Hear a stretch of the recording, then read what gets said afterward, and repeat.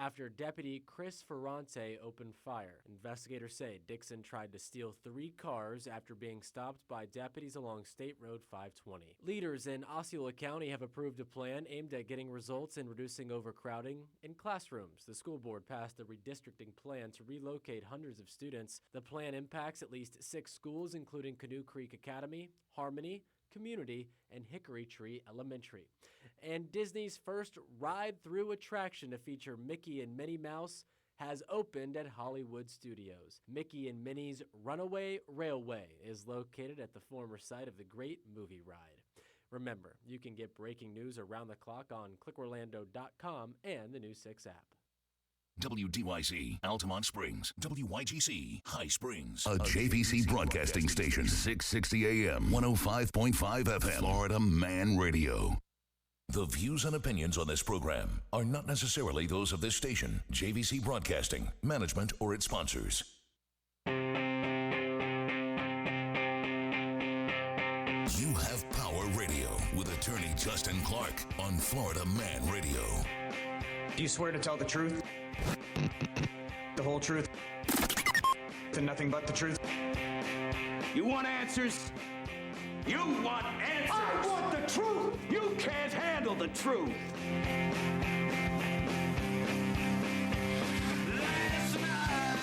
And welcome to Wednesday here at You Have Power Radio. I will be your host, Justin Clark, protecting you, the consumer, from the evils of corporate America. You and I, together, we will bully the bullies. Today on the program, can someone please tell me, what is the right thing to do with our children? Is it public school or is it private school? I need your advice. I will tell you all about that.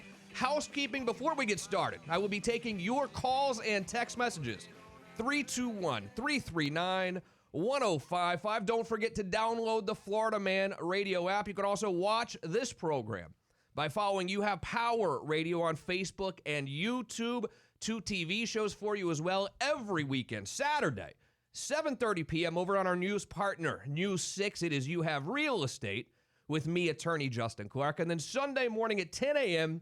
on TV 27, it is Behind the Law. I think you're going to enjoy these next couple of hours. But the people doing it with me, it's the team to my right. You know him, the star of the station, the Kenny. Chill, man. But I will say, you're... And pushing the buttons, making sure we're on the radio this evening, my good friend Lurch. Greetings. Good morning, Mr. Pretty in Pink. 321-339-1055.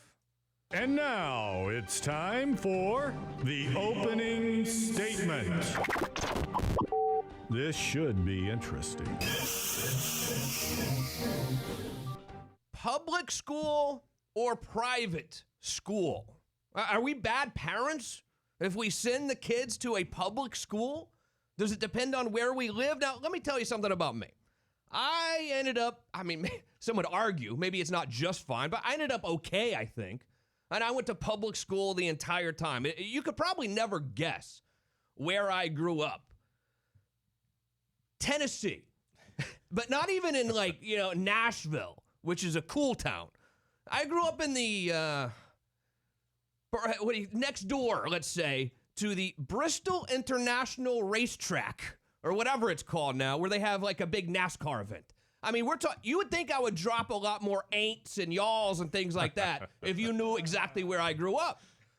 But, some people did go to private school where I grew up, but, most of us, I think, went to public school. Lurch, what about you? Public or private? Public. Hey, where? Public What city was this? Well, I was born in New York originally, and I had went to, of course, school over there. And then I moved here when I was 9, and I went to Brookshire Elementary, Glen Ridge Middle School, and Winter Park High School. And you seem to end up okay. Yeah, I think I'm okay. You're the most stable one in this room. That's for sure. For now. Hey, Kenny, you're a public or private school baby? I was public school my whole life. Yeah, you ended up okay too. I think. Thanks. I think that you did. No, I think it's public. Public. But here's the main reason why I have this question. Because, of course, me being a product of public school, I now have a 7-year-old daughter and a 2-year-old daughter. And when my daughter started kindergarten, you have to make that decision. All right, are we going to go public or private? Now, let me tell you something. Where I live, the school, like literally 4 blocks down the road, is A-rated, probably like the best elementary school you could go to. But of course, no. We make the decision we're going to send her to private school a little further away.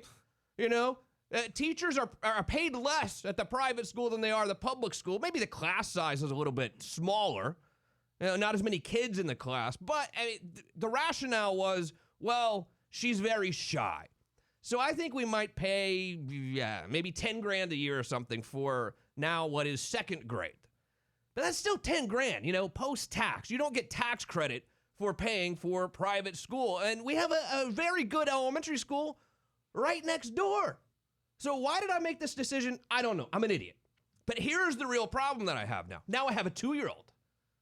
And this 2-year-old is not shy at all. We won't be able to use that excuse, oh, well, the kid is very shy. She should go to a private school. But now here's the problem. Now when my younger daughter comes up, I'm going to be like, well, let's just send her to public school because she's fine. Then she's going to be like, my dad hates me. My dad loves the older daughter more than he loves me because he sent her to private school, but he's sending me to public school. I want you to tell me that it's okay to send your kid to public school. And you can do that at 321-339-1055. But what do you think about that? Let's say that you had an older sibling who is in private school, and then your parents sent you to public school. Would that piss you off? It wouldn't anger me. No. But Keep talking. I like this answer. No, but I can see why your child would think that way. Because if one child is getting one thing and another child is not getting that thing, then there's kind of a little like rivalry, and they're like, well, how come she gets that, or how come he gets that, but I don't? It wouldn't anger me. Yeah, I might test this out. I'm not sure. We might test this out. So I've got some stats for you. Private school students amount to 5,751,000, which is 10% of all U.S. students. Wow. So it's only 10% go to private school. And then 34,000 private schools out there, which make up 25% of all of the schools in America. But as we sit here today, as this school year started, we have more students ever in school than we have in the history of kids. We have 57 million kids enrolled in school this year, whether it's public, private, charter, whatever. So I think the question that you always are going to ask yourself is, what's going to best prepare my child for the future? And then, do I have enough money to pay for it, right? And then also, I think you have to think of the commute as well, because I don't think the private school is going to cruise up to your house and pick up your kids so you can go to work like the bus will. Yeah. So those are the things that you really have to think about when you think about where you're going to send your kid to school. And then also, okay, well, would it be better to save that money now, where there's a perfectly good public school down the road, and save some of that money for college, put it into a 529 fund or something, right? Because do you think now that your daughter is older, do you think she would want to transition to a public school, or do you think she's fine where she is in private? Oh, no. She would kill me. If I said, hey, you're going to Heathrow next year, she'd be like, no, I'm not. She actually would just refuse. She would try to find a new father, I think, at this point. She would not like it at all. No way. What do you think? 321-339-1055. So the average cost of a private school, again, I'm not talking about college. I'm talking about like first graders, or 11th graders, whatever. The average cost per year is $10,740 per year, which, look, that's a pretty good chunk of change if you think about it. What is that, like $800 a month or something if you annualize it? That's $800 a month. That's a really nice car. Yeah, half a rent. Oh, a very nice car. or half a rent, The general range is between $5,300 to $25,000 a year. By far and away, the biggest type of private school is the Catholic school. And they're also the cheapest. They on average, are about $6,800 per year. So it's a tough question that I really don't necessarily know the answer to. But, I think here's what you got to think about. All right, so what type of classes do they have? I mean, maybe you have a kid who loves theater and something like that. I mean, maybe you want to send them to private school.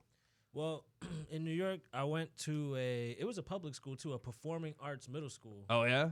Yeah, so. Did you have to qualify or like try out or what? No, you get to pick what, as long as you lived in the zone, lived in the neighborhood, I guess I think that's how it is or whatever. Yeah. And yeah, they have different departments you can pick. So you can either do theater or band or stage production. And So the obvious question, what did you do? I don't know why, but I chose orchestra. Orchestra. And I wound up playing cello for 3 years. Get out of here. From 6th to 8th grade. And did they loan you a cello or you had to buy one? No, they loaned this one. But Could you take it home? Yeah, I had to. Did you ever break it at home or spill anything on it? Nah, but my older brother hated it when I was practicing. I bet he terrible. did. So did your mom and dad. Yeah, They just yeah. pretended like they enjoyed it. Oh, Yeah. great job, Kenny. Can you? Sounds like you perfected it. You can stop practicing now, right? Yeah. But That sounds great, Ken. I just also want to throw in, I guess, my 2 cents All right. real quick about public versus private. Please. I came up in the public system my whole life, and one thing that we didn't have that if I had kids and if I can't afford, I would put them through private school is the resources, textbooks, and hands-on stuff, computers, just little things like that. A lot of hardware, a lot of things that we didn't really have in public school because there's no budget. Yeah. I'm sure in private schools they have access to a bunch of resources. Here's another thing, though. So in the public school versus private school debate, teachers, it seems that the better teachers are actually at public schools. I've had some great teachers. The percentage of new teachers, meaning less than 4 years of experience, is higher in private schools at 16%. So newer teachers are going to private schools because generally they don't pay quite as much. Private schools actually pay less than public schools. Only 11% of new teachers are at public schools. Now, also, the master's degree, which kind of separates some teachers from the other, at least with the diploma. I'm not saying they're better teachers or not, but, when you compare apples to apples, that's all you can really use, is 48% of teachers at public schools have a master's degree, whereas only 36% at private schools have a master's degree. There are a lot of private schools in Staten Island, and we always felt like they had the better sports Oh, really? programs.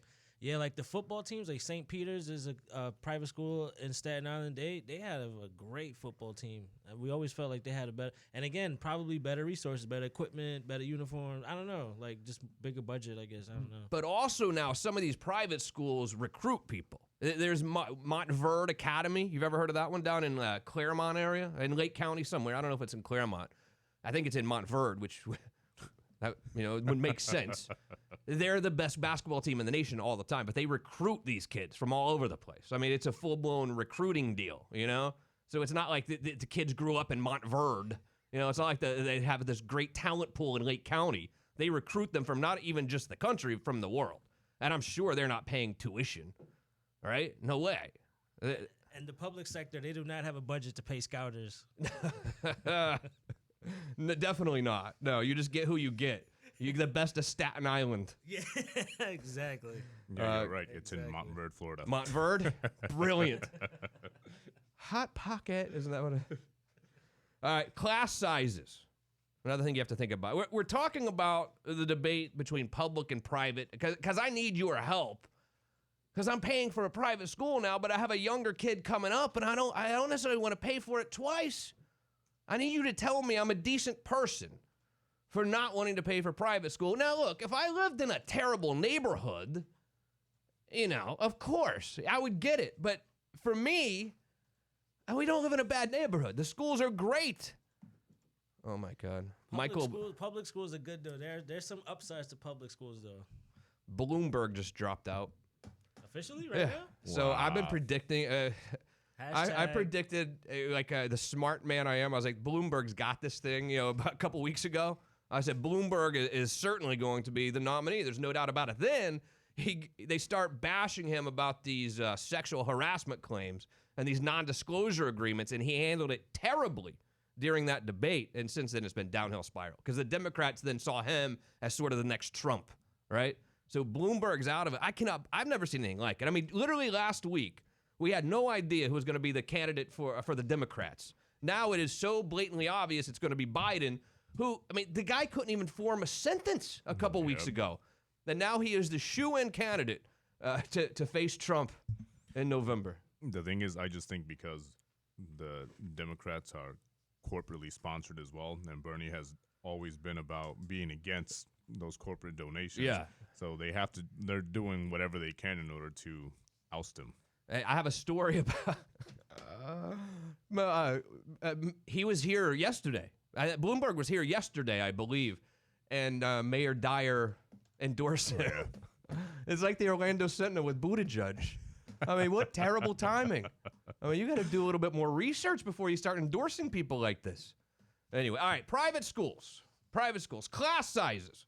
You got to think about class sizes, right? So the average class size at public school is 25 kids compared to 19 at a private school. That's not a big difference. That's not, I thought it would be a bigger difference than that, really. Student to teacher ratio, 12.2 students compared to 16.1 in public school. So 12 students per teacher at private school. Test scores. Now, here is a big difference. On the ACT, people who went to a private school scored 3.1 points higher than people who went to public. And then private school scored 18 points higher for 8th graders and 8 points higher for 4th graders on their whatever test they take there. So, I mean, the points are way higher if you go to private. But then again, maybe that's like a different kind of kid, too. We're also... Well, now I'm starting to think maybe private school is if your student is more academic. But if your kid is more athletic and is not really into the books... Yeah. Then public school is, then why not do public school type of, you know what I mean? Yeah, I do. So diversity. I mean, if you care about diversity, the private schools offer parents the ability to be more selective about the students their child will spend their days with. Is that sort of like being racist a little bit? Say that again? If you go to a private school, you're able to be more selective about the students that their child will spend their days with. Oh, I was gonna say that. That's what's good about public school too, is the diversity. Yeah. But just imagine you have a child and going to school with a Kenny. you know what I mean? Nah, y'all. Oh no, if we went back to my high school, I was nothing compared to the other savages I went to high school with. I was the quiet one. Public schools, of course, are not allowed to choose who goes to them, except for, I guess, some charter schools. We have charter schools here, right? I mean, what are they again? Is it? I think there's one on Econ. What is a charter school exactly? It means like if you're into music, kind of like you were talking about earlier, you go to a charter school. Is that how it works? I always thought there were schools for like bad students, but I could. No, that's alternative school, I believe. Yeah. Another thing you have to think about is religion. If you're super religious, the separation of church and state, of course, means that public schools can't really push religion on your child. Yeah, it says a charter school is a school that receives government funding but operates independently of the established state school system in which it is located. Yeah, whatever that means. It's an independent school, pretty much. Yeah. A vast majority of private school students, 80%, attend some form of a religiously affiliated school. My kid goes to a Lutheran school. I don't even know what Lutheran means. I swear I don't. I have no idea. Did you do any research before you put No. I mean, I Googled it, took a tour. I could be wrong. That school, St. Peter's, that I was referring to, I think, Catholic schools. Like, we had a lot of Catholic schools like that. But Yeah. I don't know if I guess that's not the same as a private school. Yeah, let me not No, mix a those up. Catholic school is a private school, Oh, for okay, sure. okay. That is definitely a private school. okay. Because, because of the Constitution, you can't push any religion on kids in public school, really. Well, I mean, we always did the Pledge of Allegiance in the morning. Yeah, it's not religion. Oh, Pledge yeah, my bad. That's okay. It's not a big deal. That's just American. So, yeah. I pledge allegiance to the God. I don't know. There's things that not everybody. That's They didn't all ask right, us pal. first. I'm just saying that they didn't ask us first. We just did it. But the cost, I think, at the end of the day is the biggest deal, right? It's, okay, do we want to invest 10 or 20 grand per year for a finger painting, essentially, right? I mean, seriously, 10 or 20 grand a year, your kid's in kindergarten.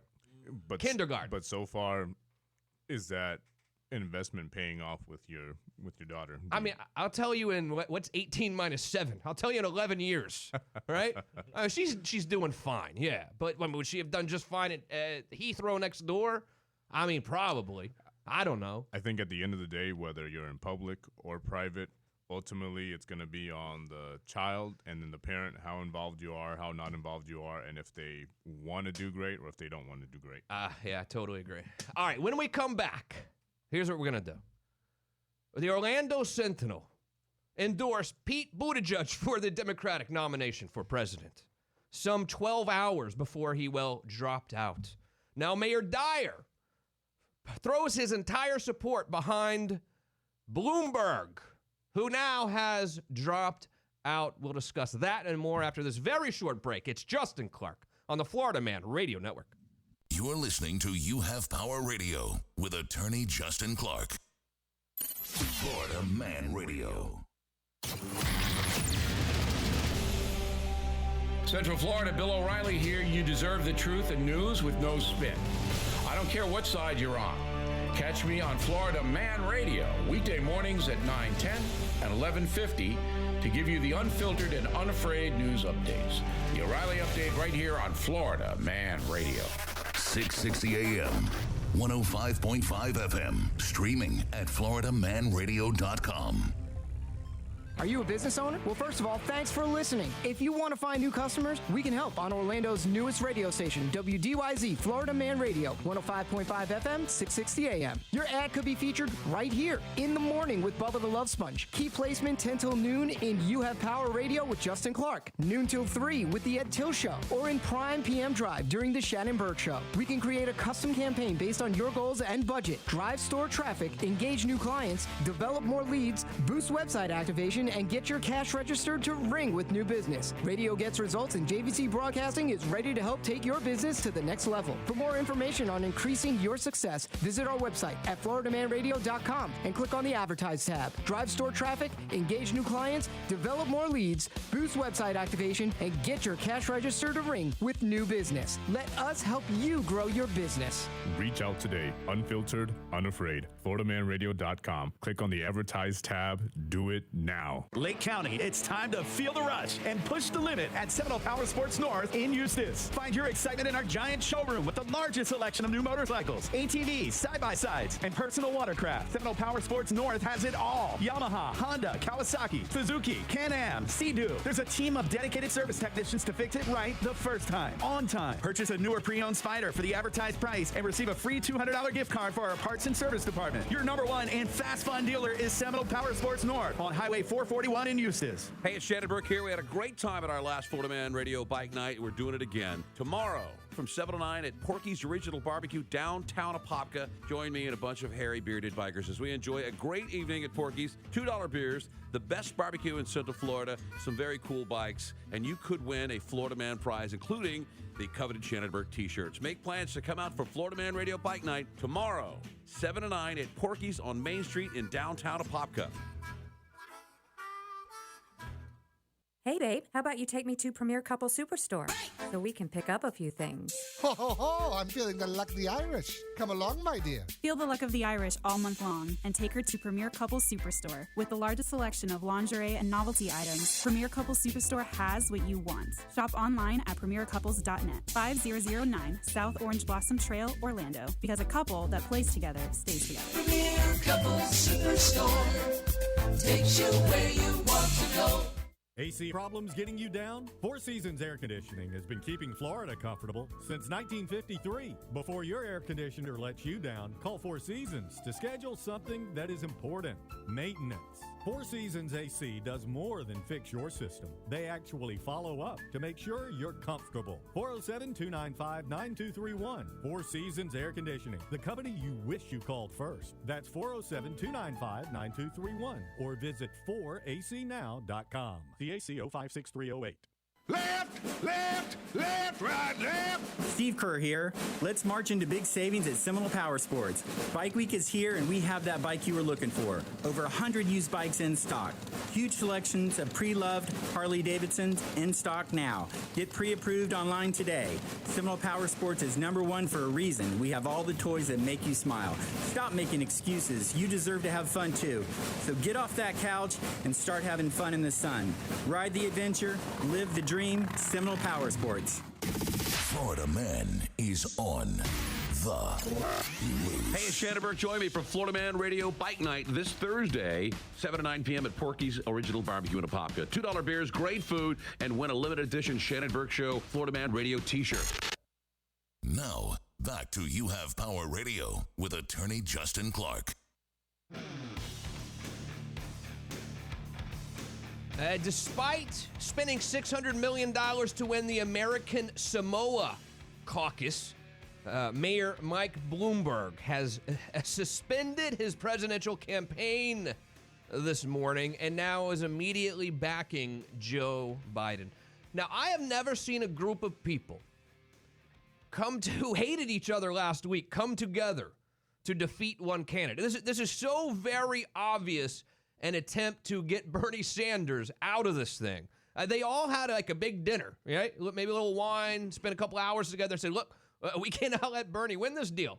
And they've all decided to drop out immediately and put their support behind Joe Biden. Now, I will tell you, maybe a month ago, I thought Bloomberg would win this thing. I really did. Because of his money, because he's a business guy, and I think they wanted that to fight Trump. That being said, at that debate a couple of weeks ago, when they started bringing out the non-disclosure agreements, sexual harassment, that sort of thing, he did not handle that well at all. And I think the Democrats really saw him as the next Trump when it comes to grab him by the you-know-what, that sort of thing. And they did not want that. They want sort of the anti-Trump. But if you're a Democrat, I mean, you really have to worry about Joe Biden's speaking ability. I think he's a decent guy. He's not a bad dude. But can he really get on that stage and inspire you? Can he put two sentences together? Well, remember, was it last week? He said he was running for Senate, not for the presidency. You got to call him out like that, Lurch. No, it's messed up. It's tough because, like you said it yourself, the Democrats are blatantly doing whatever they can to oust Bernie. It's pretty obvious. And like we said off air, it's because the Democrats are corporately backed. Yeah. Look, who just sponsored Joe Biden right now? Mike Bloomberg. There it is, So right all the immediately. Billions and billions and billions. I didn't get to say it on Go the ahead. last segment. # feel the burn. I know. Kenny loves Bernie. Loves Bernie Sanders. He's his biggest supporter. I want to go that far. But 321-339-1055. Maybe it was the curse of Orlando that got Bloomberg, because he was actually here yesterday, and he got the endorsement from Mayor Buddy Dyer. Buddy Dyer pulled an Orlando Sentinel, is what he did. In his first trip to Orlando as a presidential candidate, Mike Bloomberg stopped at the Pulse Memorial to honor the 49 victims who lost their lives. He walked around with one of the parents, Jerry Wright, or one of the parents of Jerry Wright, who was shot and killed there almost 4 years ago. First of all, do you really like it when the political candidate goes to sites like this for photo ops? Don't you feel a little bit like it's a little dirty? Like he's never been here before. He never even really thought about it. Yet now he's running for president. He's going to come tour Pulse for the photo op. It's annoying to me. It's for show. I really don't like it at all. But he was here, and, Mayor Dyer, who I like just fine, nice guy. That don't necessarily agree with his politics, but, it's a mayor. It's not really Republican or Democrat on that level. But as is at the rally, Mayor Dyer did endorse Bloomberg, so good probably 12 to 18 hours worth of endorsement, which is very similar to what the Orlando Sentinel did with Pete Buttigieg. You might have heard the Orlando Sentinel, which, has essentially fired all of its writers over the last year or so, endorsed Mayor Pete last week, a full 12 hours before he dropped out of the race. And now they're trying to sort of cover themselves on this. So here's what the Orlando Sentinel's saying in response. They say, the manner of Mayor Pete's departure shows why we endorsed him in the first place. Here's what they say. It's disappointing, but then came the speech announcing the end of his candidacy. It was a reminder of why we settled on Buttigieg in the first place. His moving remarks before supporters in his hometown were patriotic, gracious, rousing, hopeful, generous, warm, and, yes, presidential, they say. That's why he was the best hope of restoring dignity, decency, and respect to the office of president.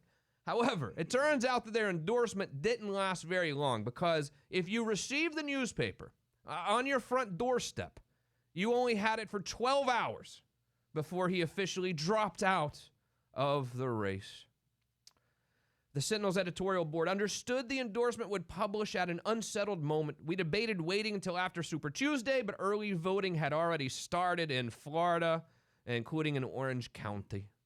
So they're trying to sort of cover up their endorsement.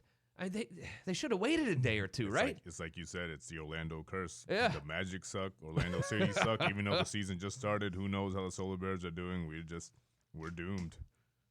So do the Orlando City, are they going to suck this year? Do we know? Well, they tied their first game here at home, but honestly, as a fan, you should just expect suckage. 321-339-1055. Now, I love Kay Rollins. She's great. She comes on the show sometimes. I'm sure we'll see her soon. So, Kay, I'm absolutely not saying anything bad about Orlando City. I am just asking Lurch his real opinion on what's going on here. So, when Orlando City first came here, I mean, the fandom was great. I mean, the followers were fantastic. Even before we went into the MLS. Right. It was amazing. Now, they have not had a lot of success on the field over the last, 4 years or so? Ever since we started. It's been a little bit. Okay. Now, are the fans still as rabid now as they were? Oh, yeah. The fans always... I'm still a fan, but I acknowledge the fact that we're just not that great. Now, the season just started, and I know I can't really speak about one game, but, home opener, like, you gotta fight to win the home opener. I went a couple years ago. I went to a home opener when it was still at the Camping World Stadium. Right. We played New York City FC, and we were down 2-0. And I'm looking at my girlfriend like, man, this blows. And we were literally about to leave, and we scored 2 goals in stoppage time, which made it amazing. But exactly, we can't do that every single game. And do you go to games often? Well, since I've been back, of course, haven't been able to. When I lived in Seattle, I did go. We had season tickets for the Sounders game. Right. And funny enough, the last game right before we moved back here to Orlando was against Orlando City. So okay. I had to represent and wear my Sounders. Orlando. My Orlando City shirt. Yeah, I got it. Speaking of sports, there's a sport that a lot of people like to do for. I don't know if it's a sport as much as it's exercise, and that is the stand-up paddleboard. You know what I'm talking about, right? Yeah. Kenny, have you ever been on a stand-up paddleboard? No. Do you know what I'm talking about? Nope. Come on, man. No? Come on, bro. You know I don't be doing no Lurch, will you tell Kenny what a stand-up paddleboard is? What is a stand-up paddleboard? Pretty much if you see some older gentlemen here at the lake on an actual paddleboard with they're not there, right? With an actual paddle, just...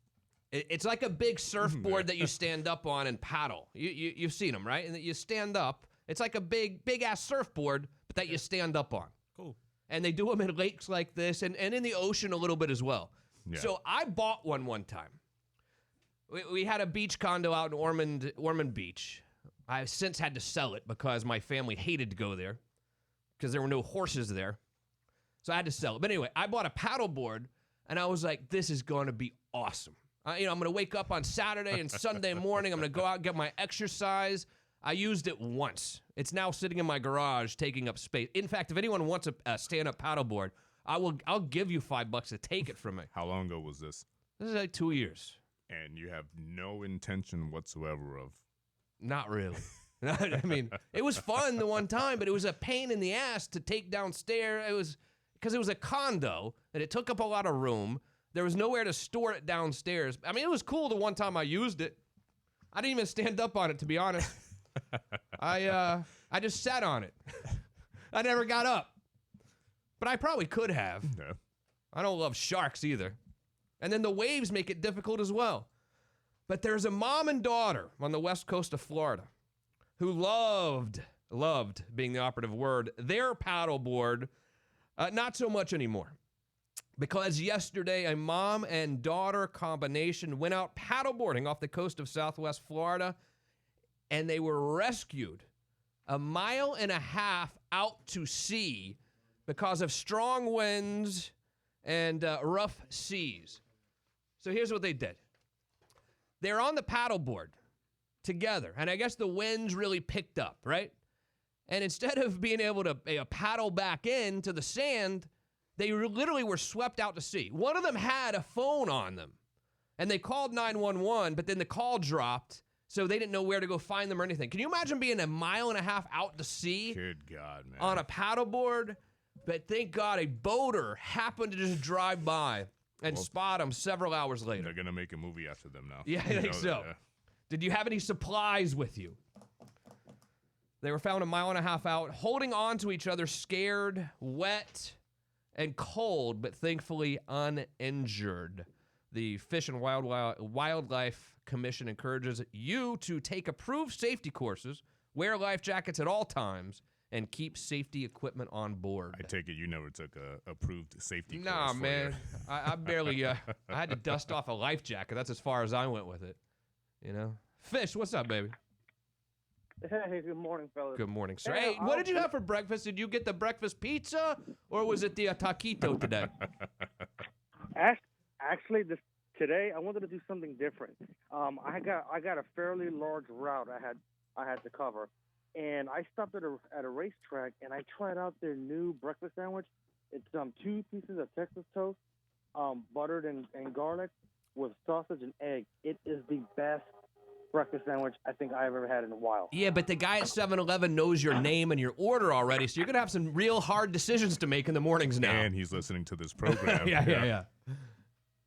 I went ahead, I texted him, hey, I wasn't coming in this morning. That was very nice of you. Hey, you know what? I was at a racetrack the other day, and it was a little cold out, so I didn't do it, but they have like this entire freaking like Baskin-Robbins, it's like a whole ice cream bar at this racetrack. Do they have it there? Did you notice? Yes. The racetrack I went to this morning is the one over in New Smyrna. Yeah. It's right off 44. Right. That one is really, really nice. That one is like one of the biggest ones. Yeah. Well, what's on your mind, man? So, if you don't want that paddle board, I'll definitely take it off your hands. I can use it for fishing. It is yours, and it's it wasn't like super expensive. It wasn't $1,000, but I think it was like $400 or $500. It's inflatable too. You can like what do you call it? Disinflate? No, deflate. Yeah, deflate. Sorry, Deflate gate. I went to public school. It's all yours, Fish. It's all yours, man. I'll reach out. I promise you, it's yours. How was that? Great. I'll go ahead. I'll message you on Twitter or Instagram. I'll give you my info. You got it. You in the truck? Yeah, I'm here. I'm here outside, unloading right now. About to load. I pick up medical waste. Oh, okay.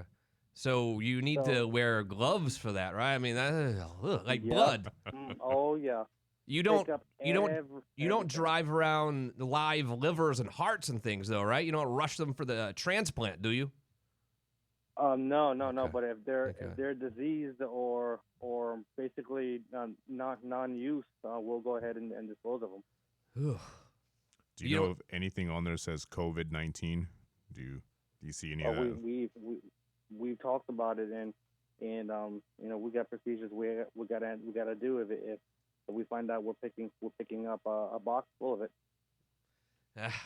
I don't know. All right, man. Have a great day, Fish. Thanks for the call, man. The paddleboard is yours. Sweet. Thank you so much. You guys have a great day. All right, man. Bye-bye.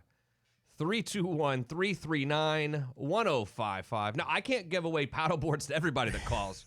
Let's be clear about that. Hey, I mean, this could become an expensive show for me. Or you can have a garage sale and just start. Oh, yeah. There you go. Seriously, I've only used it once. That was not the radio show fodder. It is brand new.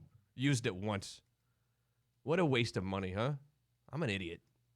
I mean, who would have even thought? I know better. I know I wasn't going to use it. It's just in your head, you have this vision of, wake up on a beautiful Sunday morning before the family arises. I will take the paddleboard down. And you get down there, and you're like, what do I do with my cell phone and my wallet?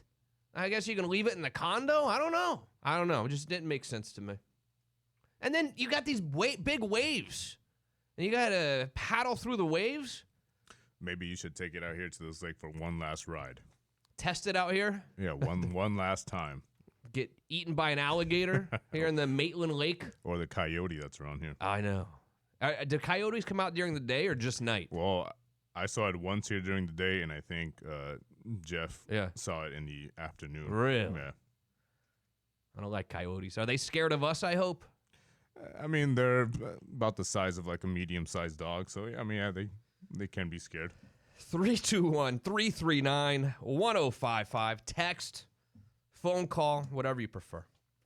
Now, thank God, I've got some good news for you today.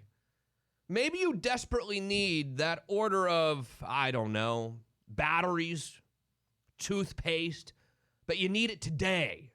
And you're too lazy to go to the local Walmart or CVS or even 7-Eleven. Amazon customers in Orlando can now officially get their order in just hours. Wow. So same-day delivery is officially here. I heard rumors about this a year or two ago, right? I mean, wasn't it here before or no? It was only in very limited places. Yeah, limited places. But now, Amazon Prime shoppers in Orlando can have their orders of products like diapers, dog food, etc., delivered in hours or even overnight. Now, is this important to you? Do you care about this? Yeah, I need my diapers sent overnight. I don't think you need diapers, but maybe you need something immediately. Does this make any difference in your life whatsoever or no? To me, not really, only because where I live, there's a Publix like 5 minutes away, and then a neighborhood Walmart like 7 minutes away. So there's a website we can go to and figure out if indeed this same-day service is available for you. It's Amazon.com/same day. Let's type in some zip codes here. Go ahead, Kenny.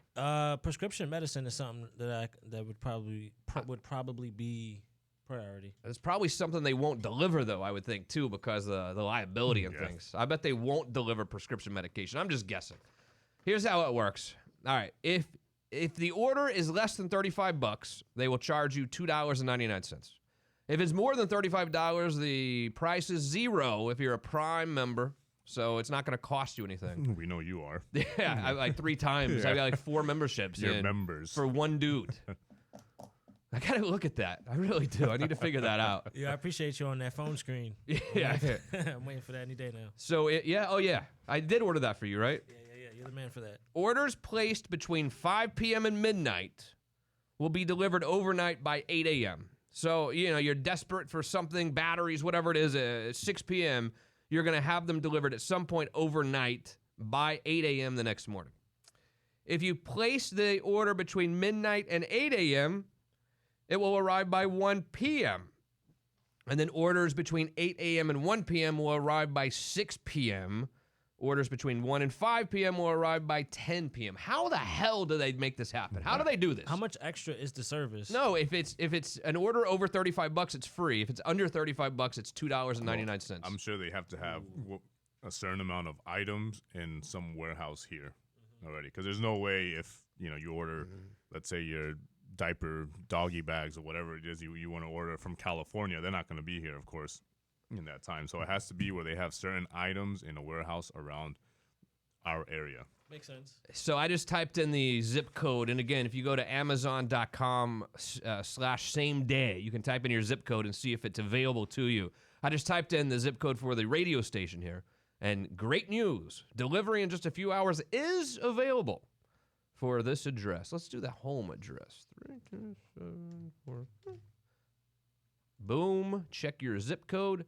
Great news, delivery is available for that address. Give me your zip code, Kenny. 32817. And that's out east? No, where do you live? Union Park. I don't know what that is. Yeah, it's UCF? East Orlando. Okay. Yep, you can also get the Amazon same-day service. Do you have Amazon Prime or no? Nah, that's why I asked you to get my phone screen. Yeah, he has Justin Clark Prime. Yeah, I got you. Yeah, maybe I could give you my login. No, I can't because my credit card's associated with that account. Nah, I'm straight, bro. The screen is more than good enough, and I'm going to pay you back for that. I don't care. Yeah, you will. You're probably going to go to his garage and clean out that paddleboard. Yeah. Making so many deliveries across such a large selection of products is not an easy job, according to the company's announcement. We're able to do it by storing need-it-today items in brand new facilities we built even closer to customers. So this Orlando facility for same-day delivery is located on Kings Point Parkway. Any idea where that is? I have no idea. Kings Point. It's located on Kings Point Parkway, and Amazon's spokesperson wrote in an email the new sites are generally around 100,000 square feet. It's pretty big. The same-day facility is just the latest development in Amazon's presence in Central Florida. They're also building a 1.4 million square foot distribution center in Deltona. That's by Oak Ridge and the outlets. Oh. I don't go down there either. Yeah, it's in between the iDrive outlets and Oak Ridge. I actually don't go south of Lee Road is what I've decided. Oh, really? No. I only go between Maitland and Lake Mary. Nowhere else. I don't go further east than I-4, basically. I don't go further south than Lee Road. So then, no wonder you don't know like Union Park and all those. Yeah, I places. never heard of it. I've only lived here for 14 years. How could you expect me to hear of it? It's crazy how little I go out east. I mean, never. Where do you live? I live in Winter Park, so Baldwin Park. Okay. So but, I mean, I've been here in Orlando since 1998, and you know when you first get your first car, you go everywhere and anywhere. I was out near Tuscaloosa the other day. That's out east, right? Yeah. Not like too out east, but yeah. No. What's the area kind of near UCF? Oviedo. A different one. Another one. Waterford Lakes. Waterford Lakes. I was at Waterford Lakes. I mean, it's crazy over there. I mean, there's traffic. It's terrible. Oh, yeah. You couldn't get around. It was awful. Especially in the afternoons or in the morning when you're trying, like, if you live in that area and you need to get to work, yeah, it is. I swore I would never go back. I said, no more Waterford Lakes for me. Someone left a comment about the public school versus private school. All right. Want to jump back Are they mad at me or? No. Okay. What did they say? All right. So Michelle says, we made a decision to send our kids to Monteverde Academy. Yeah, that's what I was talking about. Oh, okay. Montverde. It's the best basketball school in the nation. She said when they were in preschool and they continued until sixth grade. Best decision we ever made. Oh. Yes, it was a huge expense, but worth every penny. Wonderful foundation. Can we pull up? Let's go to montverde.edu. I bet it's under that. Let's see what it costs to go to Montverde. Because I want to see what it costs to send a kindergartner to Montverde. And I'm not making fun of you. I send my child to private school. I'm right there with you. I don't necessarily love myself for it, but I do. All right, so go to tuition. What grade level you want to know? Let's do elementary school. Let's do finger painting age. Okay. Elementary school. All right, so it's broken down. We got pre-K. We got let me see. No, do K4, K3. No. K through 5. Top right. Top right. Yeah, that one. Okay. All right, so to send your kid to Montverde Academy, it'll cost you $14,725. Wow. I'm not good at math, but I know there are 12 months in a year, and I know 14 grand means that's more than $1,000 a month. Monthly expense. Good Did I say that job. right? You said it right. Monthly. Yeah. Monthly expense. $1,428. Boom.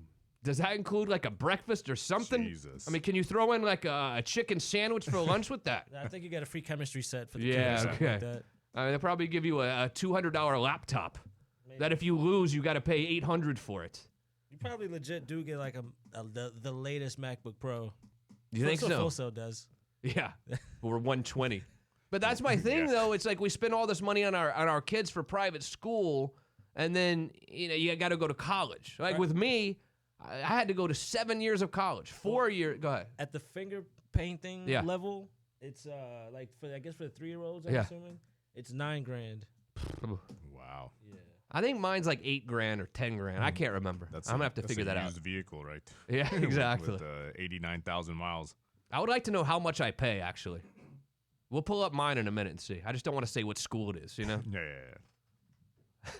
I don't want you guys know where my daughter goes. Please. 321-339-1055. Maybe I should have gone to private school. Because I've been to however many years, I graduated high school and public school. Then I went to 7 years of college, 4 years of regular college, 3 years of law school. I took 2 bar exams, passed both at the same time. Yeah, I still can't figure out the difference between effect and affect. I can't. That's hilarious. I cannot figure. I'm telling you, I don't even use either because I get confused as to which one is which, and I look like a total idiot. It's affect or effect. I don't know when to use which one. You know what helps with that? Reading. Do you read? Like, no, I'm not even trying to be funny. Does ESPN.com count? You mean WWE.com? Yeah, I'm talking about like novels by actual writers. I mean, I'll be honest with you. ESPN has credible writers, but not journalistic writing. I mean, well, it's like you can say, "Will this affect you?" or "This will go into effect." Okay, so then spell. Will this affect you? Which one is it? E or A? The A. Are you sure? See, I don't know. This is a great Stump to Clarky question. I can't even be the judge because I'm not sure which one is right. Will this go into effect? There's cause and effect. Is that E or A? That's E, I think. Can you guys help me? Text me. Yeah, help 3, 2, 1. Because I don't know if I trust Lurch on this deal either. Is it cause and effect? Is it E or is that A? Cause and affect or cause and effect? E. It's E. Are you sure? Cause and effect. And effect. Then why do they say cause and effect? Because, like I said, it's like Maybe if something's going to affect you. Like if I go and punch out his tire, it's going to affect him some. So the coronavirus affects people in many different ways. No. Affect? Affect, yeah. You sure? Yeah, because it's like affection. Like it's affecting you. It's affecting your affection. See what happens when you start doing all these things? You start questioning your own reality. We all need hooked on phonics. I just think it's terrible. Again, I went 7 years of school and 2 bar exams. This is what public school does. And like today, for instance, we're going to do 2 hours on the radio. Then Kenny and I are going to do 2 TV shows over at CBS. And I don't know the difference in effect and effect. I mean, that's an issue because I went to public school. Yeah, I think this is the effects. This is the effects of effects. So he said it right? I don't even know. Can we pull up a dictionary maybe during the break so we can know? Is one an adjective and one's an adverb? No. Yeah, one's an adverb. Now you're starting to get into it. now I lost Lurch too. Interjections. I'm gonna think. I think affect is an adverb, an effect is an adjective. Can we figure that out, you think? Because I'm not sure. You want to do it during the break? During the break, yeah. Well, let's do this. And you let me know, too. I mean, do you know the difference in affect and effect? And be honest with me. It's okay. Make me feel better about myself. 321-339-1055. Also, when we get back, you know how when we have a hurricane come through here, there's all this price gouging. They'll try to raise the prices of bottled water. Well, apparently the coronavirus is having a similar effect when it comes to price gouging. That and much more right on the other side of this very short break. It's Justin Clark on the Florida Man Radio Network. You're listening to You Have Power Radio with attorney Justin Clark. Florida Man Radio. Previously on the Bubba the Love Sponge show. Tuttle had a, opinion of Dan Diaco's golden microphone. Since no one else is going to say it, I will. You shouldn't be allowed to listen to a radio, let alone consider yourself a broadcaster if you feel the need to have a golden microphone. I'm going to buy him a sturdier ceiling fan. Bubba the Love Sponge, mornings 6 till 10 on Florida Man Radio. Tune into the Shannon Burke Show every Friday for Free Money Fridays, brought to you by Greens Energy Services. Win free green, plus save some green when you choose Greens Energy Services as your AC provider. Get all the details on how to win free cash every Friday at FloridaManRadio.com. Hey, it's Logan Sekulow. The Logan Sekulow reprogram is Central Florida's hottest new daily radio show, airing Monday through Friday at 5 a.m. on Florida Man Radio. Wake up each morning to a brand new show covering our ridiculous lives, current events, interviews with incredible Americans, a weekly playlist featuring rock, metal, and real country music, a bit of politics thrown in there, and more. Join us for a daily celebration of our country and the freedoms that it provides, and we'll have some laughs along the way. If you miss real morning talk radio, this show is for you. The Logan Sekulow reprogram. Greens Energy Services will come to your rescue. your AC company give you a lifetime unit replacement? How about 5 years labor and 10 years parts warranty at no additional cost? Aha! It's time to turn to the experts at Greens Energy Services for the Greens Compressor to Coil Coverage Plan. Call to find out how you can get all the benefits with new Amana Systems 16 SEER and higher. Greens Energy Services and the Greens Compressor to Coil Coverage Plan. GreensEnergy.com. PAC 1813726. Quitting tobacco isn't easy. In all honesty, it's a very hard thing to do.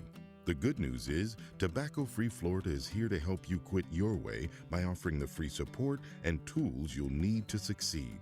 When you call Tobacco Free Florida's phone quit service at 1-877-YOU-CAN-NOW, you'll be able to connect to a quit coach who will help you assess your addiction by starting you off with a personalized quit plan. You may also qualify for free nicotine patches or gum. It doesn't matter how many times you've tried to quit, now is your time to succeed. Along with Phone Quit, we offer a series of additional proven tools to help you quit your way, such as Group Quit and Web Quit. So give us a call at 1-877-YOU-CAN-NOW to double your chances of success. Ask about free nicotine replacement options to help you quit today. This is your start to a tobacco-free life. No judgments, just help.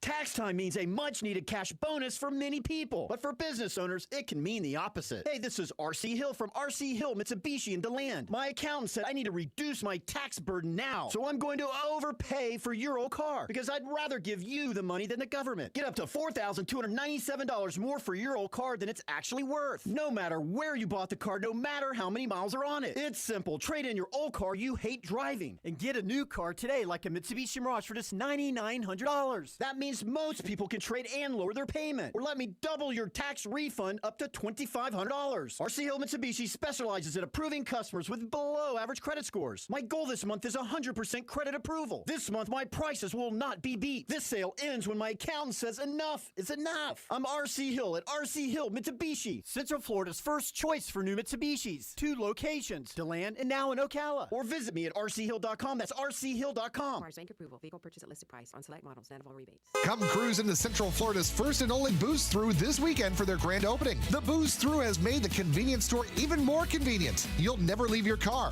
Beer, wine, snacks, cigarettes, and kegs. The Booze Through is your one-stop shop. Boats and trailers welcome. Open early and late for your morning coffee or that late-night beer run. Located just south of 434 on 1792 Longwood. And open daily from 7 a.m. to 2 a.m. Cold or hot, the Booze Through is your spot. Plus, free popcorn with every purchase. The Booze Through, Central Florida's first drive-through convenience store. I'm News 6 anchor Justin Warmoth. Here are your Wednesday headlines. The man shot by Brevard County deputies after a wild chase is out of the hospital and now in jail. 31-year-old Douglas Dixon was taken into custody and rushed to the hospital Monday afternoon after Deputy Chris Ferrante opened fire. Investigators say Dixon tried to steal 3 cars after being stopped by deputies along State Road 520. Leaders in Osceola County have approved a plan aimed at getting results in reducing overcrowding in classrooms. The school board passed a redistricting plan to relocate hundreds of students. The plan impacts at least 6 schools, including Canoe Creek Academy, Harmony, Community, and Hickory Tree Elementary. And Disney's first ride-through attraction to feature Mickey and Minnie Mouse has opened at Hollywood Studios. Mickey and Minnie's Runaway Railway is located at the former site of the Great Movie Ride. Remember, you can get breaking news around the clock on clickorlando.com and the News 6 app. WDYZ, Altamont Springs. WYGC, High Springs. A JVC broadcasting station. 660 AM, 105.5 FM. Florida Man Radio. Now, back to You Have Power Radio with attorney Justin Clark.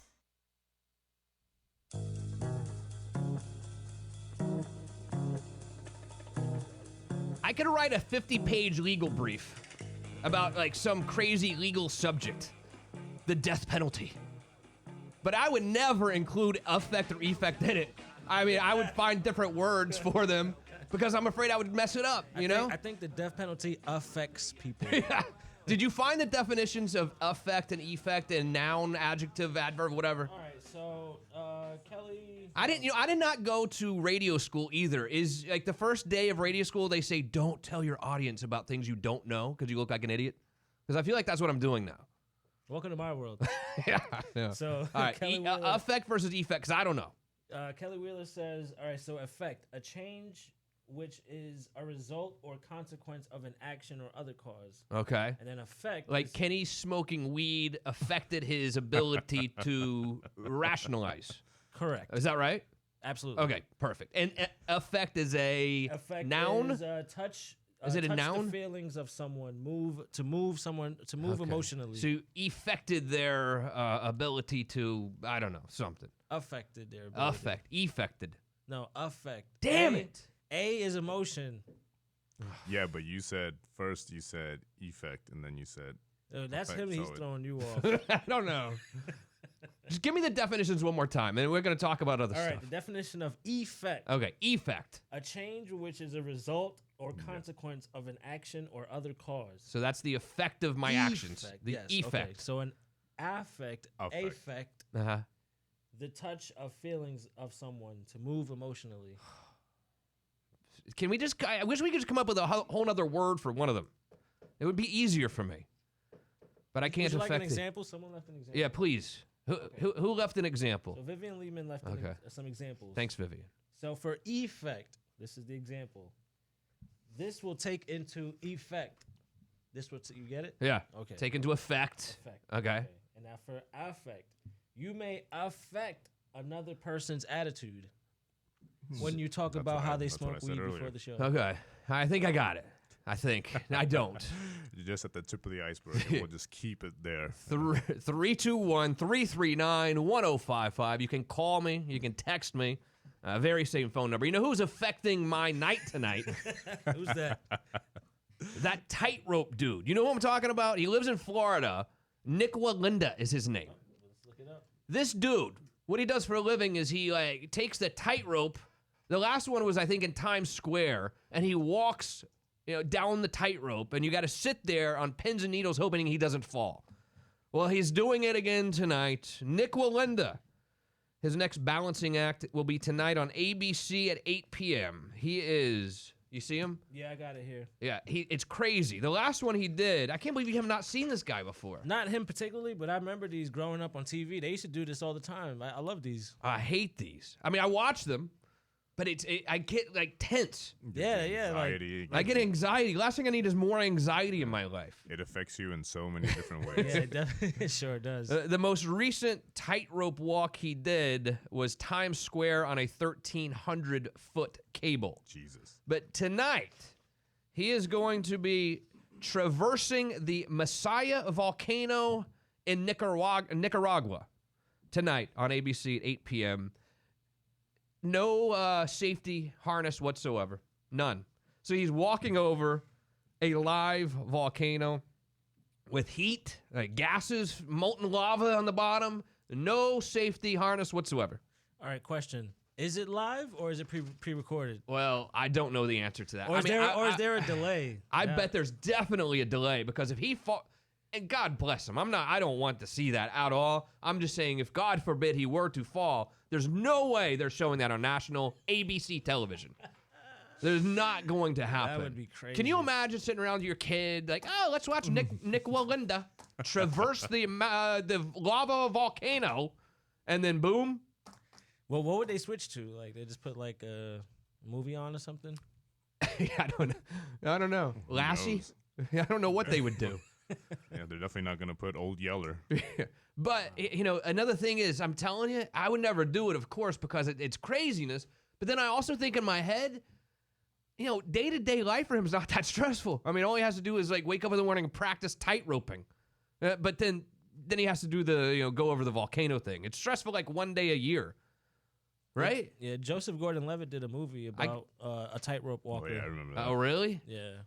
Is he the actor who is in character, the whole shoot, or no? Because those actors annoy me. Maybe. That's a style of acting. I forget what's the name of it. But so annoying. I'm like, please, don't act like you're Mr. Rogers when we're not even on set. We're out to dinner. It's annoying. Jim Carrey did that during Man on the Moon. Annoying. So Walinda said, I'm walking over an active volcano, facing every challenge that Mother Nature can throw at me, from the high winds in the area to the heavy gases to, of course, the heat from that volcano, as well as the fact that it is the longest and highest walk I have ever attempted. Volcano Live with Nick Walinda will air as a live 2-hour special on ABC tonight, beginning at 8 p.m. So the most recent one was in Times Square. I remember watching it. One time he went, I think he did the Grand Canyon a couple years ago too, if I'm not mistaken. But the Times Square one, Walinda was tethered in case of a fall, but that wasn't his choice. New York City made him do it due to an ordinance that they have. And this walk, he says he hopes there are not any safety protocols other than his safety team. You have to have nerves of steel for that, because that is terrible. Who would ever do this? If something happens, I've trained my entire life to go down and hold that wire and wait for help. Whew. Yeesh. Jesus. It's giving anxiety already just thinking about it. Walinda anticipates that the 1/3 of a mile walk will take 30 to 35 minutes. So you're walking for half an hour. You know, you hold like that long stick. You know what I'm talking about for balancing, I guess, with lava underneath you, and nothing to protect you from the lava. Yeesh. How much is he getting paid? What's up, PR? PR Joe said one of the Walindas died in Puerto Rico doing a stunt. I think he comes from a whole family of tightrope walkers. Thanks, PR Joe. And where have you been, by the way? Have we heard from PR Joe since we moved to 10 a.m.? PR Joe, what's up, man? We missed you. I do remember this. I think one of them definitely did die. It's kind of like the Evel Knievel. What do you think's more scary, Evel Knievel or walking a tightrope over a volcano? I think tightrope over a volcano. Yeah, definitely. Couldn't pay me to do it. I wonder how much he makes. He probably gets millions of dollars for this, right? Don't you think? I mean, I don't know if he would make money that way. He would definitely make money with the publicity, notoriety of what he's doing. Kind of like Instagram, models and stuff like that. It's they make more money on how many likes and comments they have as opposed to actual someone giving them money to do this. Will you guys watch this? That's the question. Oh yeah, I'm definitely watching. What time? 8 8 o'clock p.m. tonight? ABC. Yep, that's my plans tonight. All right, you got it. And you'll get home just about that time, right? Because you can't leave here till 7 now? 7, yeah. Because you're here with Shannon till 7. Correct. And do you run right out of here at 7, or do you stick around and loiter around the studio? Nah, run right out of here. Yeah. 321-339-1055.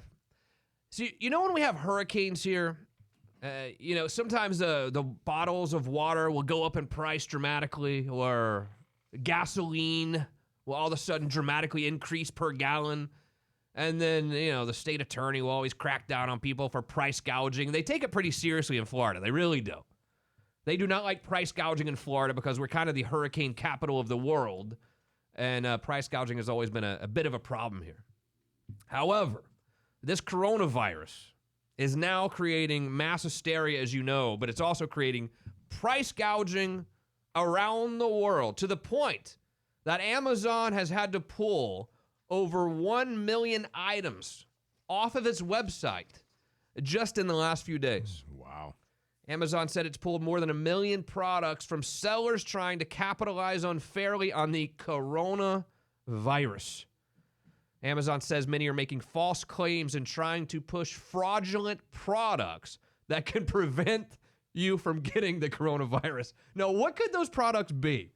I mean, what could you sell me right now?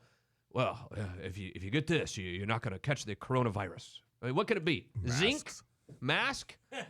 Yeah, but mask, it's still a mask. I mean, it's not like, I don't think that's fraudulent, so to speak. I mean, it doesn't help. We talked about it yesterday. A mask does not help you prevent yourself from getting the coronavirus, but what could it be? I mean, maybe medication, like they're selling vaccines already for the coronavirus or something?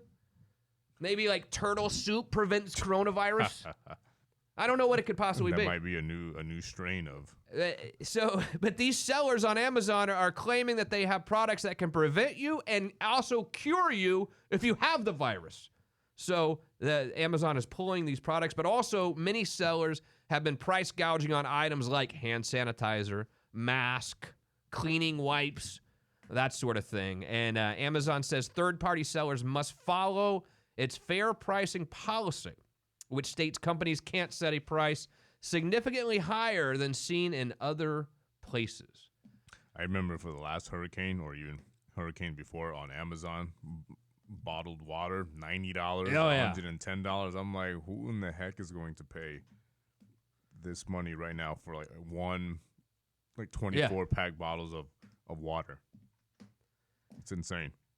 What do you think? I mean, supply and demand is a big thing, but price gouging is, I guess, when you take it to the next level.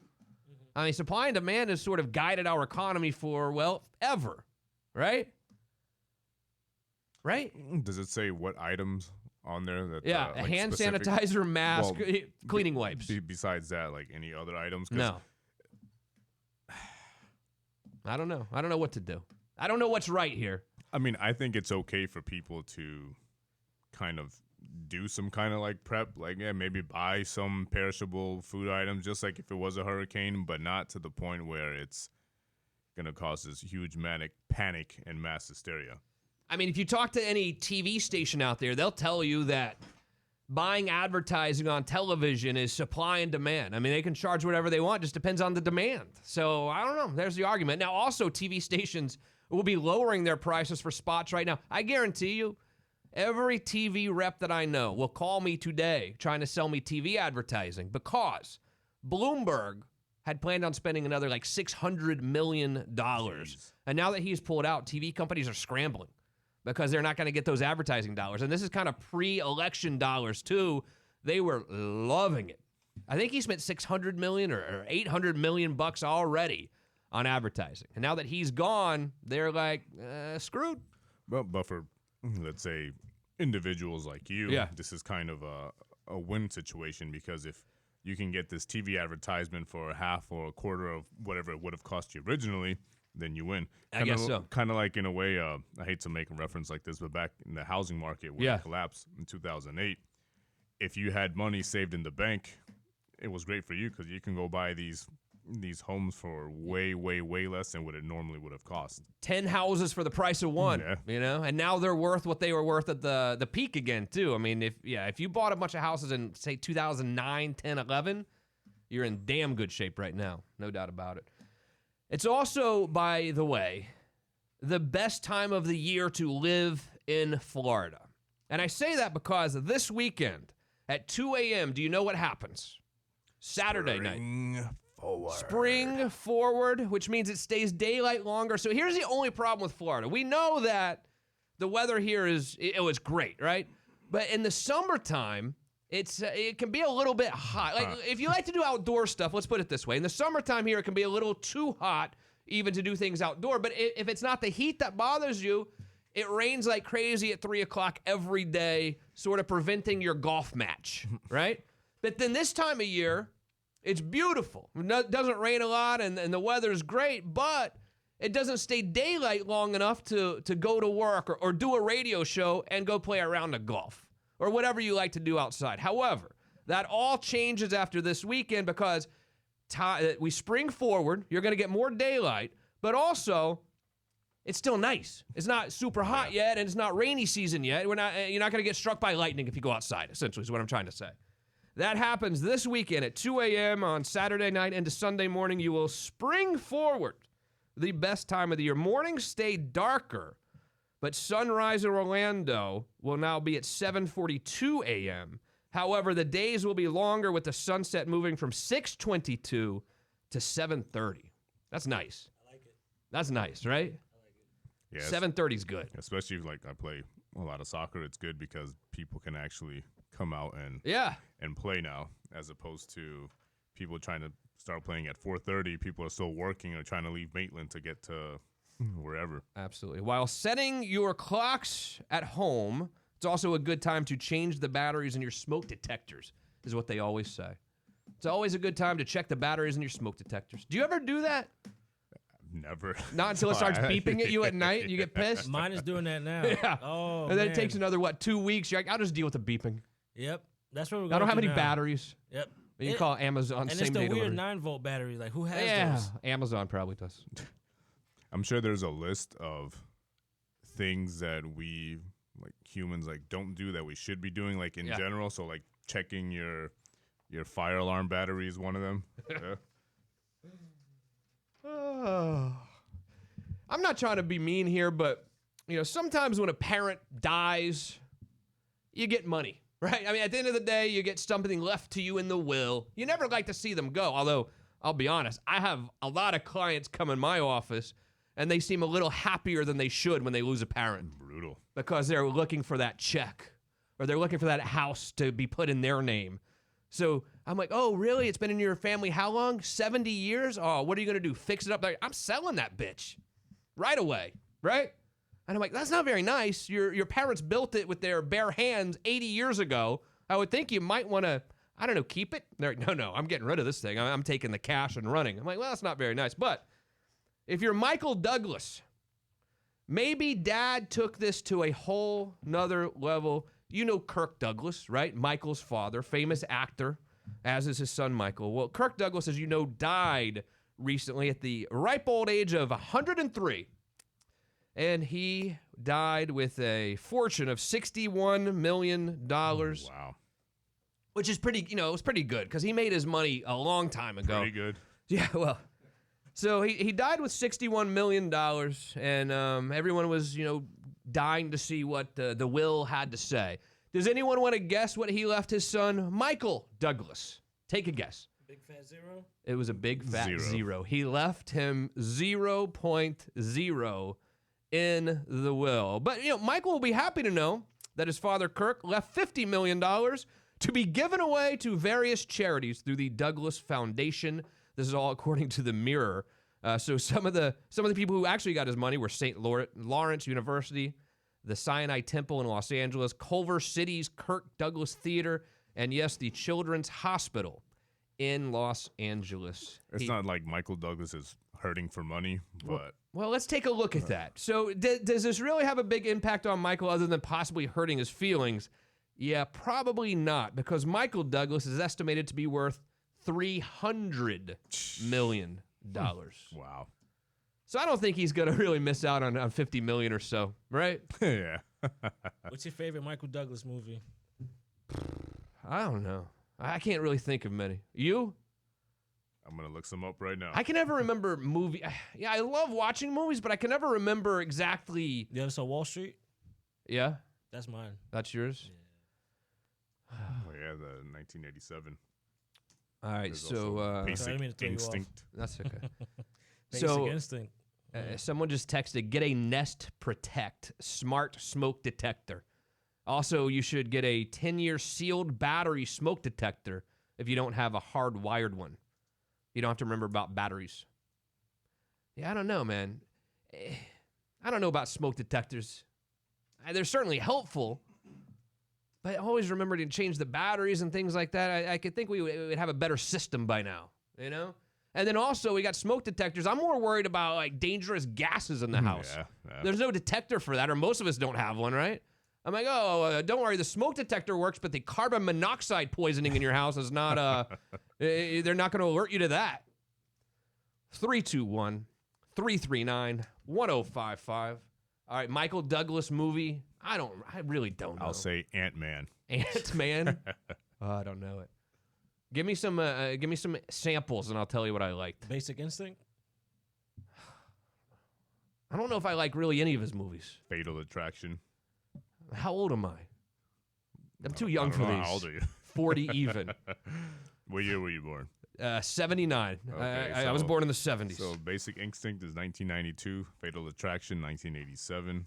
Ant-Man, 2015. I don't know. We'll come back and make our predictions on what Kenny's favorite Michael Douglas movie. The American President. Oh, there you go. That was pretty good. But also, though, we've talked before about a Papa John's chain out in Mississippi giving hepatitis A to all of the residents of this small town in Mississippi. I am sorry to announce a new lawsuit was filed yesterday right here in Central Florida claiming a local Denny's also gave hepatitis A to some of its customers. I will tell you which one, and maybe you've eaten there. Stick around. It's Justin Clark on the Florida Man Radio Network. You're listening to You Have Power Radio with attorney Justin Clark. Florida Man Radio. The Ed Till Show. Our good friend Matt Nagan, he said to me, he goes, I'm doing something. He goes, I can't really talk about it with Al Pacino. It was a great opportunity to work with such terrific actors. And if I could work with any actor, Al Pacino would be right near the top of pretty much on the Mount Everest of legendary performers. The Ed Till Show. Unfiltered and unafraid. On Florida Man Radio. Oh no, the garage door is stuck again.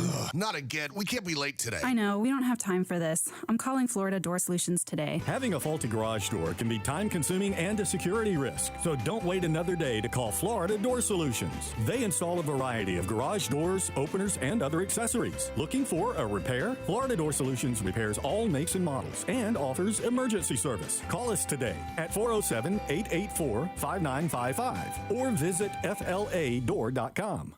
If you or a loved one were facing criminal accusations, would you know where to go for help? I'm criminal defense attorney Jeff Higgins from DaytonaDefense.com. Visit DaytonaDefense.com for qualified, experienced criminal defense. We've got your back. DaytonaDefense.com. Looking for a place to go with friends or meet new ones? Then you're looking for Frogger's Grill and Bar, and one is bound to be near you. There's always something happening at Frogger's. Frogger's. Once you check it out, you'll see why people are raving. Great place, great food. Love the burgers, and today is $7 Burger Day. Watch your favorite sports on dozens of screens. A killer menu where everything is fresh, never frozen. Apopka, Mount Dora, Oviedo, Altamont Springs, and now open Old Town. Frogger's Grill and Bar. Hop in with food and fun. Are you ready for the best talk radio to take the airwaves? Real Talk with G Love and Kenny the Rocker Wilkerson, the talented dynamic duo on today's relationship talk that is ego-driven, excitable, with a little sassiness and outspoken opinions on rock and roll and sex. You don't want to miss this show Monday through Fridays, 7 to 8 p.m. Live interviews with legendary rock and rollers and upcoming indie artists and much more. Stay tuned to the newest Woman Radio on Florida Man Radio. Unfiltered and unafraid. If you've been involved in a car accident, call me, Glenn Levine, at the law offices of Anajar and Levine at 1-800-747-FREE. That's 1-800-747-3733 and take back control of your life. Office in Orlando. Damn, it's hot in here. What's the deal with your AC? I've had 2 AC companies out, and they can't get it fixed. You gotta get Four Seasons AC out here now. Call them, 407-295-9231. 407-295-9231. Four Seasons is the AC company you wish you called first. CSC 056308. Stanley Steamer is excited to announce we have a brand new area and oriental rug cleaning operation right here in Central Florida. To celebrate, we are offering free pickup and delivery 1-888-STEAMER for all the details. Visit StanleySteamer.com or call 888-783-3637 for more info. Hey y'all, it's Bubba and Cooter. At Gatorland, there's more gators, more animals, and more fun than ever before. Visit with our giant white gators in our white gator swamp. Plus bobcats and Florida Panthers, not to mention great shows like the world-famous Gator Jumperoo Show. And don't forget your swim trunks for the Gator Gully Splash Park. And Florida residents get in for only $14.99 with a valid Florida ID now through the end of March. For more information, call 407-855-5496 or go to Gatorland.com. Bubba the Love Sponge. Hey, it's Bubba the Love Sponge. Listen every weekday mornings right here on Florida Man Radio. Powered by Anajar and Levine, accident attorneys. Call 1-800-747-FREE. That's 1-800-747-3733. Florida Man is on the loose and everywhere. Anywhere I want. Anywhere I need. There's so many ways to get your fix of Florida Man Radio. Don't miss a minute of Bubba the Love Sponge. I think we would all be building our arms up if the only way to defend yourself was to have, a real nice pea shooter of an arm. That's why they started making catapults and slingshots. Yeah, so that dorks like me and Seth could have a chance. You Have Power Radio with Justin Clark, Ed Till, The Shannon Burke Show. I ain't letting no Chinaman mash on me. I bring in my assistant to walk on back right now. Okay, first put the bean in the ear. And tomorrow you'll have big erection. Listen live now on 660 AM, 105.5 FM, online at floridamanradio.com. Or take us with you anywhere, anytime with the Florida Man Radio app. Just search Florida Man Radio in your Google Play or App Store. Unfiltered, unafraid, Florida Man Radio. Now, back to You Have Power Radio with attorney Justin Clark.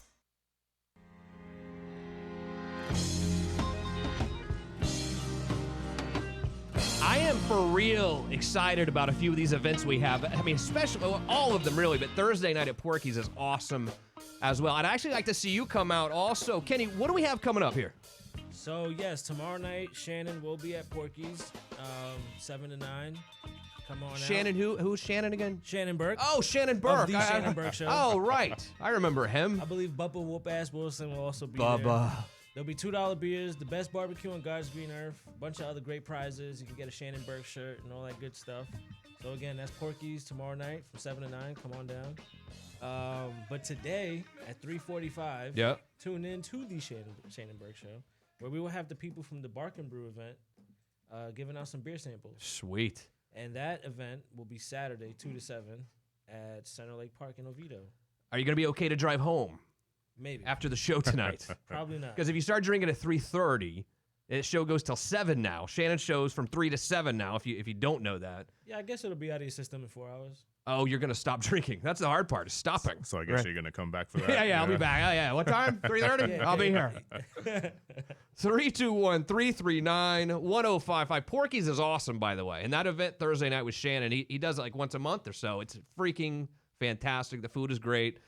Great beers. Now, and I also know one thing about Porky's is you're not going to have to worry about the next story I have happening to you there. But we did a story recently about a Papa John's in Mississippi. Unfortunately, some of their employees had hepatitis A and didn't let anybody know, which sort of wreaked havoc in this small Mississippi town because everyone had to go get tested and, it was going around everywhere. But at least then you could say, well, Justin, thank God that was in Mississippi. That wasn't here in Central Florida. Well, a new lawsuit was filed yesterday with a man claiming he contracted hepatitis A after dining at a Kissimmee restaurant.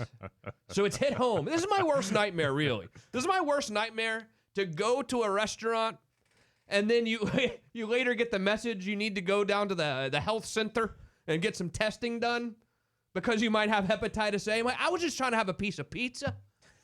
And now I got to go down here with all this riffraff, getting needles in my arm, testing me for hepatitis A. It's terrible. Who wants to do this? Well, here's the story. And this is a lawsuit now that was filed, so it's all public record, and it's not my case either, so I'm happy to sit here and talk about it. But the man claims he contracted the disease while dining with his family at a local Denny's. It was back in October. He was out celebrating his son's 21st birthday. We all know what happens on those nights. And then after the 21st birthday downtown, they went to an early morning meal that would change William Reyes's life forever. This is a quote. "We left the club and we said, let's go to Denny's." And look, he's not the first dude to leave the club and say, let's go to Denny's. Yeah. This does happen. This is not an aberration, so to speak. He said, all right, we went down to the Denny's in Kissimmee. Everybody ordered their food. I was the last one to get my food. He said he ordered breakfast and coffee at the Denny's in Kissimmee on East Earl Bronson Memorial Highway. In this new lawsuit, he claims that within days he was feeling terribly sick. Quote, "I've just been throwing up everything, even juice. Just kept throwing everything up," Reyes said. For more than a week, he dealt with flu-like symptoms at home before finally they convinced him to go to the hospital. And that's when he learned it wasn't the flu or just like a food poisoning. They checked me and said I have hepatitis A, but then they took some x-rays and came back and said I had liver failure. Now, look, you wonder why when we go to restaurants and it says employees must wash hands after going to the bathroom? I mean, it should say employees must wash the hell out of their hands 3 times before going back to cook my food. It is kind of weird. I love going to restaurants. I do. Now, because I have little kids, my palate has gotten a little bit worse, Instead of going to nice places, we go more like Longhorn would be a good night out for us anymore, Because the kids, you don't know. You don't know what it's like, Kenny, but when you have little kids, restaurants become kind of a pain in the ass. Nothing but chicken tenders and fries. I can't tell you how many times we have sat down, and honestly, my older one is fine. She was fine from day one, but it's my little one. We'll sit down, and I'm like, whoa, thank God it's Friday. I'm so happy to be here at the restaurant. Next thing I know, the proverbial, you know why, is a fan. And I'm like, takeout, please. And we just ordered takeout because it's not worth it. It's not worth it. But they didn't order takeout at this Denny's. William Reyes ate his whole late night meal at Denny's. Now he is suffering from hepatitis A. He's dropped 50 pounds. Well, yeah, throwing everything up. So, you know, a lot of people like to lose weight, but I don't think getting hepatitis A is the way to do it.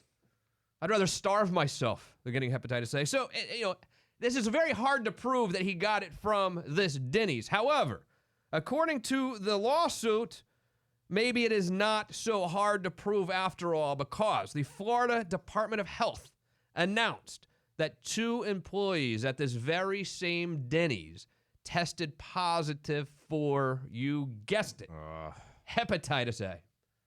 So, I mean, this could be a pretty big lawsuit if you think about it. That's a huge one. You know, it could be a pretty big lawsuit. The numbers show Reyes as part of a growing Florida population diagnosed with the disease last year. 2019 broke records with nearly 3,400 people being diagnosed statewide. So God bless you, bud. But that was, yeah, I bet he wished he didn't go out drinking that night. That's for sure. So let me play devil's advocate for a minute. So you're going to be Mr. Denny. Yeah. Okay. Well, that's my question. What defense can Denny's have in a court of law? Well, I mean, they're going to say, well, he also went to this restaurant, that restaurant, this restaurant, that restaurant. Oh, okay. So that's why it would be so hard to prove. But I mean, maybe they're going to try to say the 2 people that were diagnosed at their place with hepatitis A weren't there that night. But maybe they were both on vacation that whole week. I mean, there can be some defenses, but I don't know. But I think, well, you as an attorney, but would you think the stronger argument would be for Reyes if he went to eat at this place and you have employees that have been diagnosed? Yes. Yeah, that's, If they were on the clock that night, it's not looking good for Denny's. I know. It's going to be a tough one for Denny's. No, I haven't been to Denny's in a while. But normally, here's how law really works, though, because they've now released this publicly. And I don't know this. I don't know the lawyer handling it. I don't know this client or anything. But my strategy would be, I would send a demand letter to Denny's, say, here's what's going on. We got this proof. You've got people working there with hepatitis A. Give us this much money. And we're going to sign a confidentiality thing with you. We're not going to tell anyone about it. But then after they refuse is kind of when you could go public with it. You know what I mean? So they're now going public with it on something that happened in October, leads me to believe that Denny's is not paying up or not paying as much as they want. Ooh, interesting. But this is bad for a business, as you can imagine. Unless is Denny's like a franchise place? Or Yeah, Denny's is definitely a franchise type. I mean, I say definitely. I'm assuming it is. I can't tell you the last time I've been to a Denny's, by the way. I prefer IHOP. Yeah, especially now. Yeah. Or I'm going to go to a Denny's, maybe not in Kissimmee at this point.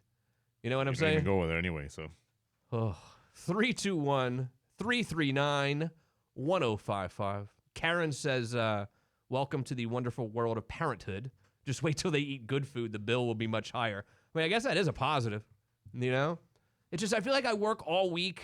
Like, I work my tail off all week. Like, Friday or Saturday night, I want to go have a decent meal. And it's hard with a 2-year-old. It's hard with this 2-year-old. We'll put it that way. And then mom gets pissed.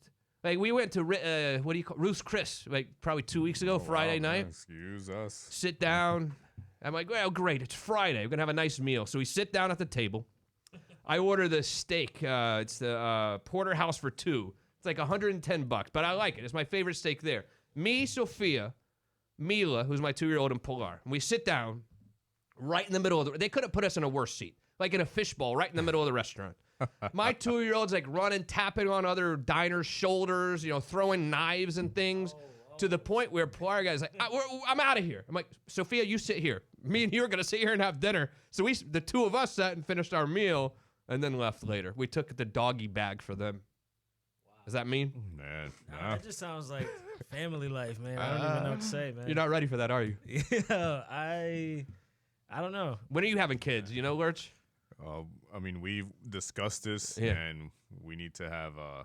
How old are you? 31. All right. So we definitely we want them. Yeah, my age, I'm 35, so man, I'm definitely ready for that. Because you see, in the moment, you get frustrated, but it becomes a cool, funny story later on. You know, you laugh, you look back. And I sit here and talk smack. I obviously love my kid. You know, I mean, I love them. I wouldn't change anything for the world. It's just it can be tough sometimes. No, I mean, I'm the oldest of 5. Oh, so really? Not that I am a father, but I pretty much help my mom raise my siblings. And then my sister, she has a 4-year-old, my 4-year-old nephew, and I love him. But sometimes if we do go someplace, it's a hit or a miss, whether everything's going to go smooth and fine, or all of a sudden someone's going to get cranky and then let the show begin. Yeah. Well, I promise I would never bring my baby to the movies. I promise I'll be a good parent in that sense. All right. I won't torture the whole theater. You're the man. Thank you. That'd be great. 321-339-1055.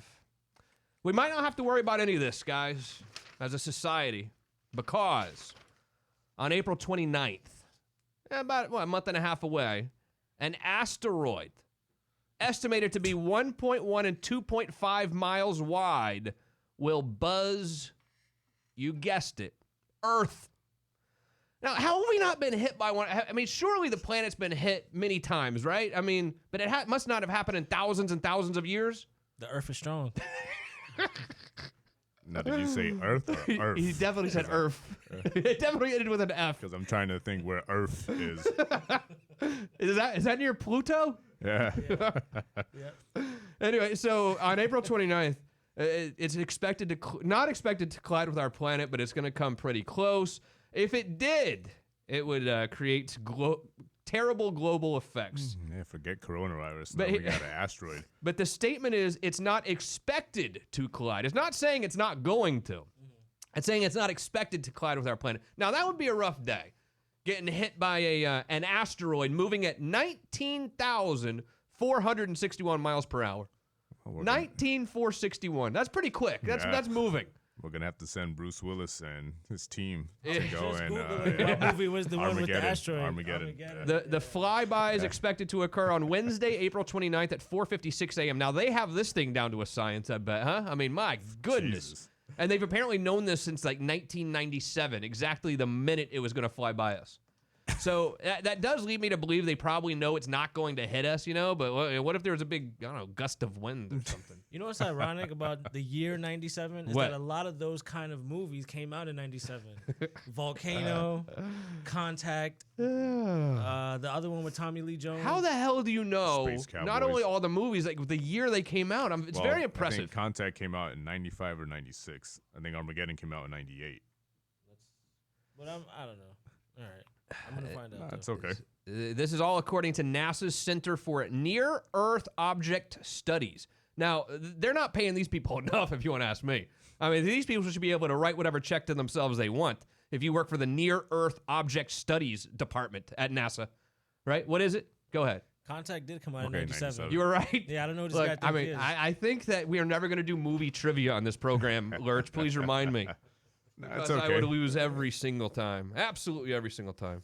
How fast was that thing going again? Almost 20,000 miles an hour.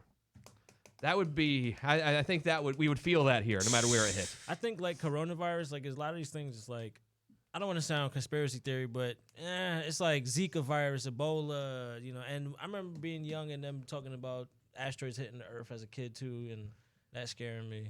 Yeah, well, I'm not here to scare you, but I'm just letting you know there are asteroids flying by us here in April. That's all there is to it. It's happening. I'm not trying to scare you. I got faith in the Earth. And I'm also, We good. Yeah, faith in the I'm Earth. also the one saying not to worry about coronavirus. Here's what you should worry about, though. And if you listen to our show before at 6 p.m., you know I'm not the biggest Boeing fan, let's say. And if you want to know why I'm not the biggest Boeing fan, it's because, well, they created this airplane called the 737 MAX and didn't do their research, and it was falling out of the sky, killing people. So Boeing has not had a really good year. So here's what they decided to do. Boeing said, well, we're obviously not doing very well at building airplanes, and they're falling out of the sky, killing passengers. So here's what we're going to do. We're going to fly a spaceship. We can't fly an airplane, so let's go to space. Great idea, Boeing. So here's what they did. They created the Starliner spacecraft. You probably heard about it. It took off here from Brevard County in December. But they kind of messed up a few little minor details about the flight. it ran out of gas. The spacecraft ran out of gas. And it ran out of gas because the internal clock, the clock of the spaceship was off by 11 hours. Wow. So now NASA's done a lot of investigating as to how this could have happened. Now, can you think of anything worse for Boeing? They messed up the airplane deal, killed a bunch of people. Decided they're going to make it up and, really come out like Tesla did. Tesla put the car in space, basically. Like, if it works for Tesla, it's going to work for Boeing.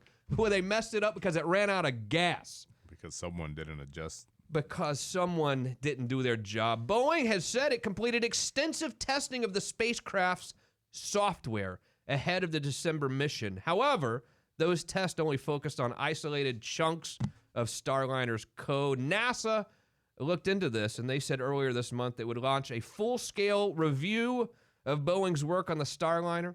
The space agency noted that there were numerous instances where the Boeing software quality either should have or could have uncovered the defects. I mean, what? How does this happen? You're putting a spaceship in the sky, right? Are they with NASA? Are they doing stuff for NASA? I mean, NASA's kind of not really. No, I mean it's a private company. It's a private venture. Yeah, no, I trust Elon Musk and what he's doing with SpaceX. I do too. Anyone that can put a Tesla on near the moon, we're good with him, right? Yeah. Now, so the plan for Boeing was to do that one test, and then they were going to put real live human beings on the next flight. Boeing is saying that they're not sure if they're going to put human beings on the next flight. Let me give you a piece of advice. Don't. Yeah, don't do it. Please. I don't think you're quite ready, Boeing. You didn't have enough gas in the last one. The last one was supposed to go and connect to the International Space Station. Didn't make it halfway there. Now, they did land the thing. So, I mean, they got it back to Earth, but, it didn't do its job. So now Boeing says they may or may not put a crewed spaceship up next time. Boeing, do yourself a favor. Please do not put human beings on this thing. Don't do it. Don't do it. So now me and Kenny and I, are going to go shoot 2 TV shows over at our news partner, News 6. How is my makeup? You look good. You think so? Yeah, you look good. No big deal. Just have to do 2 hours of radio, 2 TV shows, and then to the real job. No big deal, right? No big deal. Something like. Lurch, good job today, buddy. Appreciate it. You starting to get to know me a little bit, know my idiosyncrasies. Yeah. How is he affecting you? I tell you, so far I'm doing well. Bill O'Reilly is next for a few minutes, and then crazy Ed Till will be here from noon to 3 when the star of the station, Shannon Burke, takes over now from 3 to 7. Real Talk with G-Love from 7 to 8. And don't forget to hook back up with us tomorrow morning from 5 to 6 for my man Logan Sekulo's Reprogram. And then it's your favorite, Bubba, the Love Sponge from 6 to 10. Guys, I don't know much, but I do know one little teeny tiny thing. What's that? I will see you right back here again tomorrow morning, 10 a.m. on the Florida Man